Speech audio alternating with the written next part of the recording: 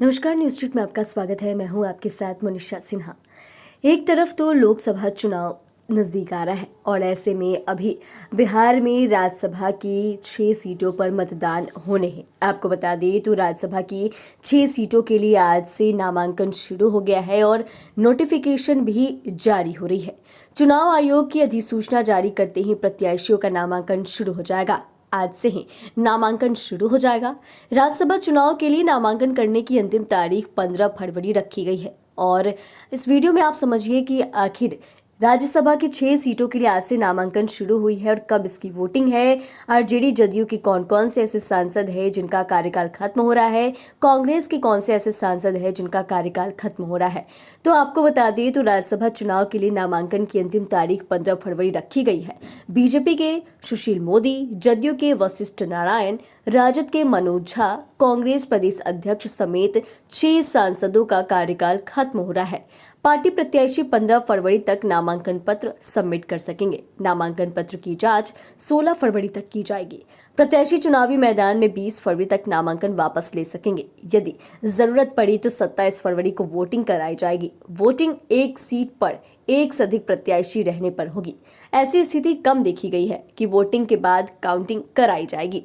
राज्यसभा के 6 मौजूदा सांसदों का कार्यकाल समाप्त हो रहा है। उनमें राजद और जदयू के 2-2, बीजेपी और कांग्रेस के 1-1 सांसद है। राजद सांसद मनोज झा और अशफाक करीम का कार्यकाल 2024 में समाप्त हो रहा है। वहीं कांग्रेस के प्रदेश अध्यक्ष अखिलेश प्रसाद सिंह का कार्यकाल भी समाप्त हो रहा है।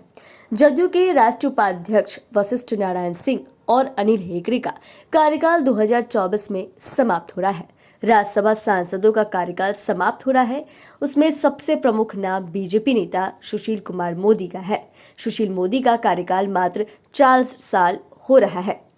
साल 2020 में लोजपा नेता रामविलास पासवान की मौत पर यह सीट रिक्त हुई थी और राज्यसभा सांसद किस तरीके से चुने जाते हैं और इसका चुनाव कैसे होता है, इसके बारे में आपको विशेष जानकारी दे दें तो राज्यसभा चुनाव में एक सांसद की वोट की वैल्यू करीब 100 होती है। राज्यसभा सांसदों के लिए चुनाव की प्रक्रिया अन्य चुनावों से काफी अलग है। राज्यसभा के सदस्य अप्रत्यक्ष रूप से चुने जाते हैं, यानी कि उन्हें जनता नहीं बल्कि विधायक इन्हें चुनते हैं।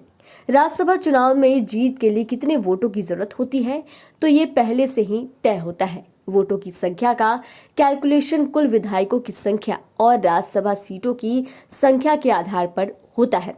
इसमें एक विधायक की वोट की वैल्यू 100 होती है, लेकिन अब कई सारी चीजें देखने वाली होगी।